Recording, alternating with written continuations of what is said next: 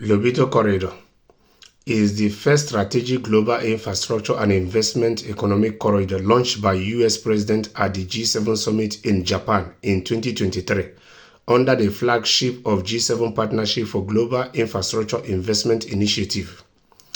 The Lobito Corridor, which links Angola, Zambia, and DRC Congo's mining areas, is going to be a game changer in Africa trade transportation of critical minerals, with experts now pushing for setting up of companies to process the minerals along the way.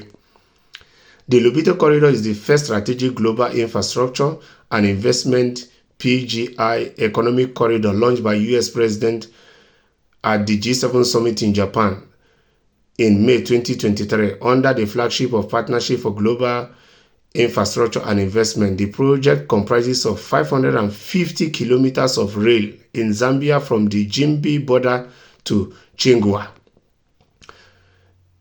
in the Zambia Copper Belt and 260 kilometers of main feeder routes with the corridor.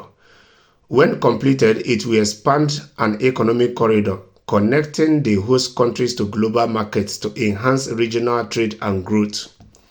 I just hope at the end of the day, in as much as they are carrying out these projects, at the end of the day, these countries will be the one dictating how their resources will be sold at international market.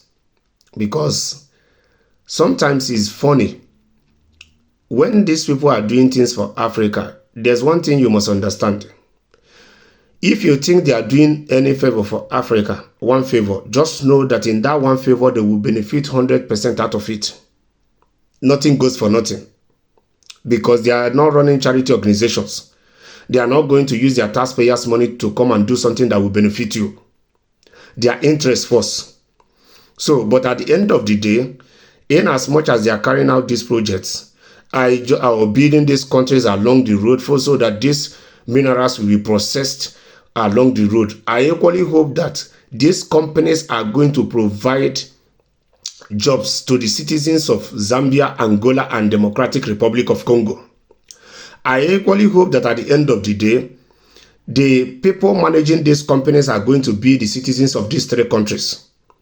I equally hope at the end of the day that these countries will decide and dictate how their resources should be marketed both at domestic market and at international level.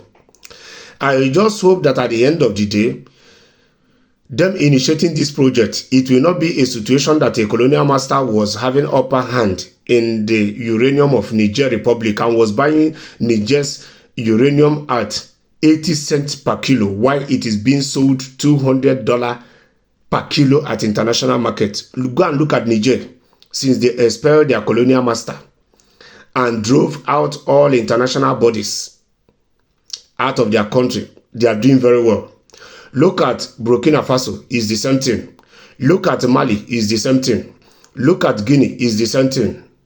So I just hope that at the end of the day, they will not use this project and indirectly be controlling the resources of these three countries. Just like we all know, Congo for years is like, because of their natural resources, they are not permitted to allow peace or to enjoy peace. Because the natural resources that is supposed to be a blessing to them has become the opposite.